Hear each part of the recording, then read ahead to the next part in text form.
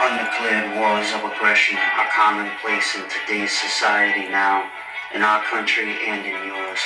Our governments engage in preemptive strikes that result in unjust and unnecessary wars that in turn take on lives of their very own.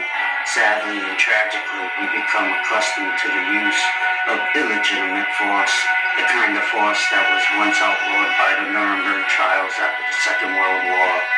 We choose not to question our authority. We choose to follow them blindly. We should stand up for our country and protect our rights. Any society that sacrifices a little liberty for additional security will deserve neither and will lose both. What if it becomes dangerous to have conversations? What if your neighbors refuse to help you when something goes wrong? What if to protect your country you must abolish or alter your own government? Is it better to die on your feet or to live a life on your knees? What if the time to fight for your country is now? I'm Frank Kirk. This is the Frankincense Experience. Political commentary. Share what you know. The time is now. Join the experience.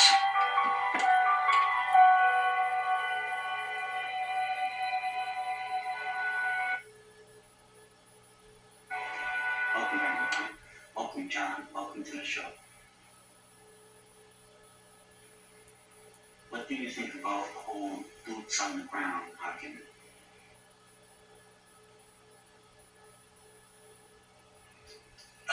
If we're talking about a large-scale invasion of Iran, similar to what we did in Iraq, I think that is unthinkable. I think Trump could not get away with that, and I don't think he would do that to begin with. And you want to remember that the temptation is there because almost everybody recognizes that you can't get regime change simply through bombing a country. You have to put boots on the ground if you want regime change.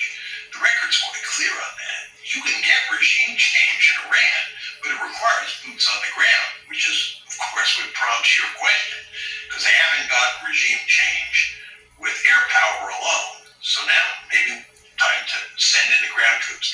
That's not going to happen. They are talking about two possible contingencies where we send in ground troops.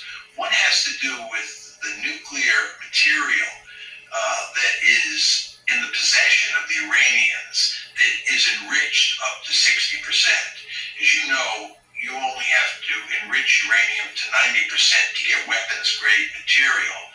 And the Iranians have a large amount of Iranian enriched in uranium that is enriched up to 60%. And we're very worried about that. And there's talk about maybe sending special forces teams into Iran to capture that 60% enriched uranium. So that's one scenario people are talking about. And the other is talking about using the 82nd Airborne, which has apparently been mobilized to maybe conquer or capture this small island, Arg Island, that belongs to Iran and is located in the Persian Gulf and has a lot of Iran's oil infrastructure located there. So we're talking about possibly doing that as well.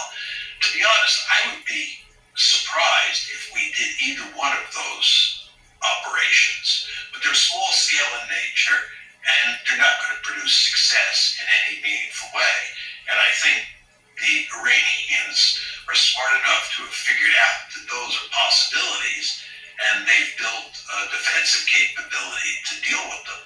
So I don't think we have a ground forces option here, and I think that President Trump would be, to put it bluntly, I think he'd be nuts to send ground forces into Iran. And what that tells you then, Ian, is that he's going to have to rely on air power, which is what we've been doing up to now. And if you look at the historical record on what air power can do for you, there's no real cause for optimism here.